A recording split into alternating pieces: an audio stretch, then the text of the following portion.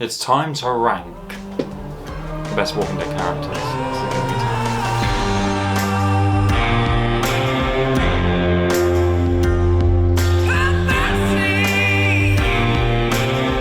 Welcome back to Zombie Zone. Today I'm going to be ranking the top 10 best characters from The Walking Dead. Now I have done Z Nation before, so if you're interested in that, go and check that one out. But I feel like The Walking Dead has ended, but it's still very prominent with all the new spin-offs and just Fear the Walking Dead, etc. So it's time to rank the top 10 best. And if you like this, I'll do top 10 worst, let me know. Firstly, if you are new, please do subscribe. I'm not going to beg because I sound a bit...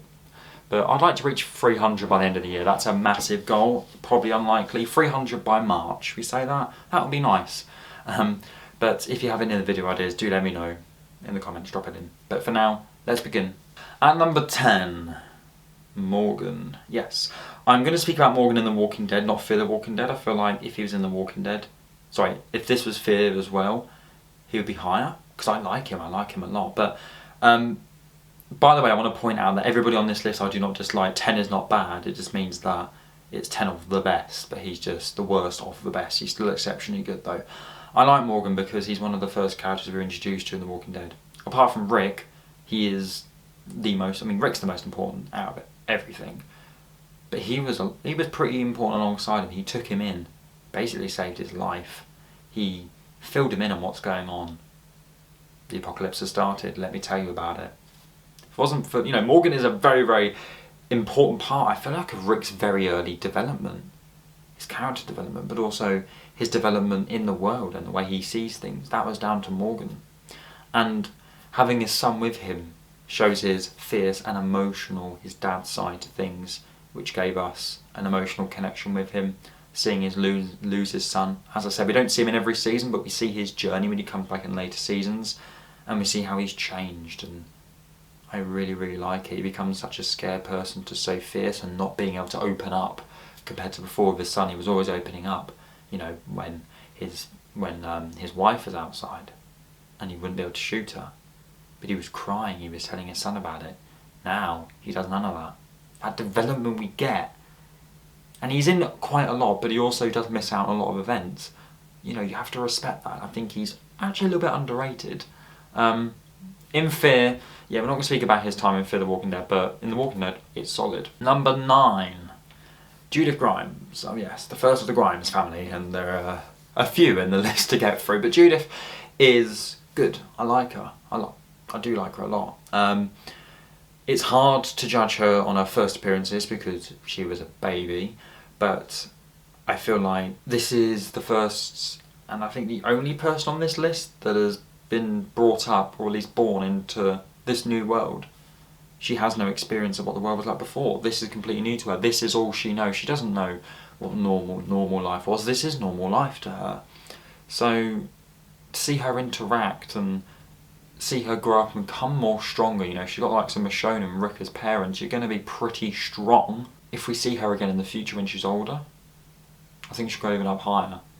But it's the sort of person that to see her journey, literally see her whole life through this, is really, really exciting, and it gives that deep connection with her already, knowing that we're seeing her as a baby. Makes us almost feels like parents to her, which makes I like her more. So I really, really like that, and yeah, she's fantastic. Coming in at number 8, Father Gabriel. Yeah, I'm picking characters here that I like their development. I love him as a character, but what he goes through as the only religious person or out religious person on the show, I think is truly special. It brings a different dynamic with how he reacts to people, but also to his character. It makes him stand out in a positive and a negative way, depending on where you stand and the way he deals with things. But it's a really interesting concept of being a Christian, believing in God, feeling like you're that close to God while all of this pain and suffering is going on around you. That's honestly very, very interesting. And it makes me feel like how I'd react, because I'm also religious. So how would I be? Would I still believe in God? Could I connect with him in that way?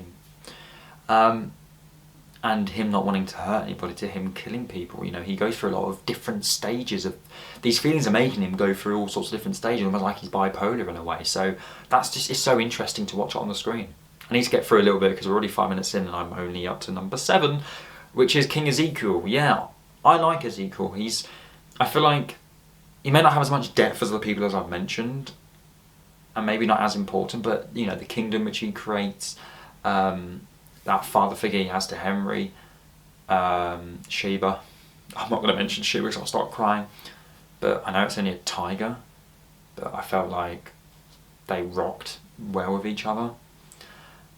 He just felt like a safe person to be around, and someone who felt quite sensible, and I like him in season 11, I like him in season 10 a lot. That whole thing about, you know, on his neck, the cancer, that's powerful. I think it brings us back to the fact that, okay, we are in a different world now, this isn't the same life, but it's still life, and it is, you still get illnesses, you still get cancers, you still get these same sort of things that you used to get, and he reminds us of that. But him being a posh little man, I love that as well. I think he's funny, he's good. Shout out to Jerry, he's not on the list, but Ezekiel and Jerry together. Coming in at number 6, and this is quite, yeah, I have ups and downs with this. It could be 6 or it could be 46 sometimes, is Eugene. I love him and I hate him, he's like Marmite. Gosh, he can very much annoy me. I didn't like the way Abraham treated him in the early seasons, and I kind of felt sorry for him. Not exactly liked him, but I felt like, oh, Eugene. But he becomes a lot more independent, and he grows a lot. There are people that grow more, but I feel like he grows into still a very annoying but very, very clever, very important part of the group, and that was something else. He wasn't important at the start, and he was a liar at the start. We got annoyed at him. He said he had a cure and he didn't. He was annoying. He manages to go on our good books. He manages to become an important part of the group. He manages to care for people and people care to him. That journey, yet again. I know The Walking Dead has a lot of airtime, so it gives time, but sometimes the way it's done I don't think suits. Like, I don't like Laurie's story. Don't like Shane's. They're not in this list, obviously, but I don't like them. But to give examples that, you know, a lot of these characters get it right, but some don't. Coming in at number 5, and this was close because I adore her so much, and she could easily be my number 1, but it's Michonne, number 5. There's not much else to say apart from she's an absolute queen. She's literally the queen of The Walking Dead. She's a great mum. She, again, her story's amazing. The, you know, the all-out war that she's in, she feels menacing, but she also feels like, you know, she has got parts to her that are quite vulnerable, and I really like that. You never get to explore vulnerability, it's never exposed so much, but she cares about her family, she cares about her friends, and that's shown massively. Love her. Coming in number 4, this is probably a tie between Michonne and Carol, but Carol edges it for me, because if you did a list on the best character development, Carol would win. She came from a abusive husband, abusive relationship. She was scared, she was vulnerable, she had no confidence, she didn't know how to fight, she had no idea what, you know, she's completely out of her depth, and honestly I thought she's going to die soon, because she's not made for this world. And it just completely changes. It takes time, but it feels deserved. It's like, okay, this event happens which makes her stronger. You're like, okay, her, you know, her friends and family are being, you know, threatened, she does this, that's good. She lost her daughter, that changed her. A lot of bad things happened to Carol, which makes her a stronger person, because, as Kelly Clarkson says, what doesn't kill you makes you stronger. Sorry to be cringe, but it's true. She becomes stronger and stronger and stronger, and it feels deserved, it feels valid, it feels like, okay, I understand it.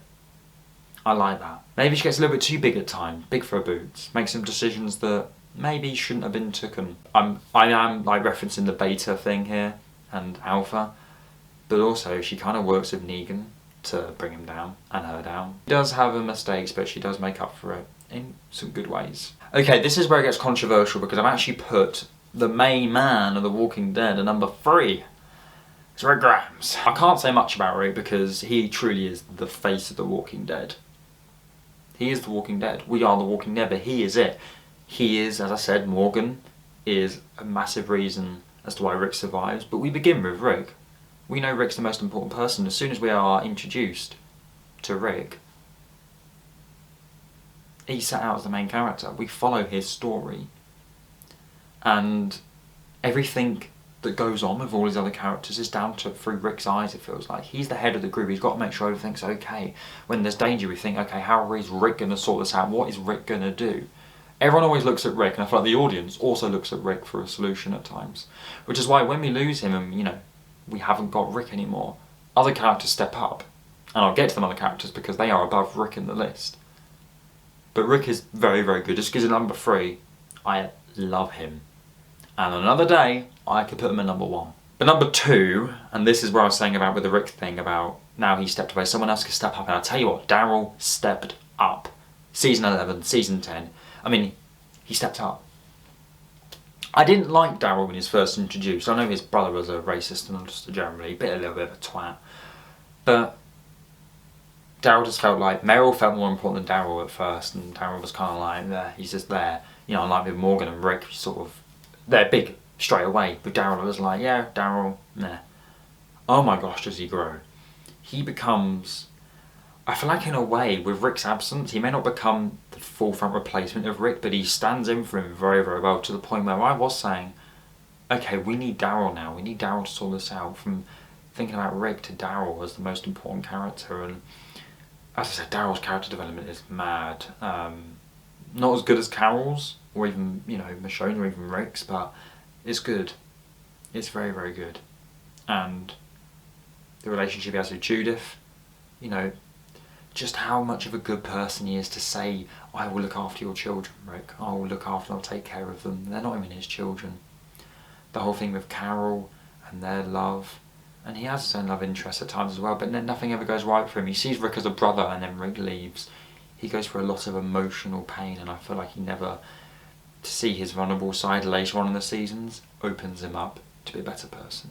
But this is going to be controversial, I know, but it's got to be Negan at number 1, everybody. Yeah. I said, I'm going to track back on myself here. I said that Carol was the best character development. It's actually Negan. Because you never actually downright hated Carol. Carol didn't kill any main characters. Spoilers, Negan did. He killed Abraham. And he killed, I can't say his name, but you know who I mean with the bat. Yeah. Yeah. It still hurts. I hated Negan at the beginning of Season 7. I hated Negan pretty much for all of Season 7 and pretty much all of Season 8.